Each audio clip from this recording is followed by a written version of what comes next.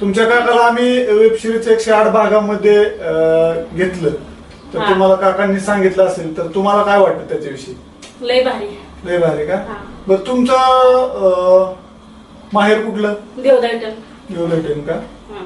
बर आता काकांना बी मी सांगितलं आणि तुम्हाला सुद्धा मी सांगणार आहे की थोड्या दिवसात आम्ही एक लघुपट करणार आहे.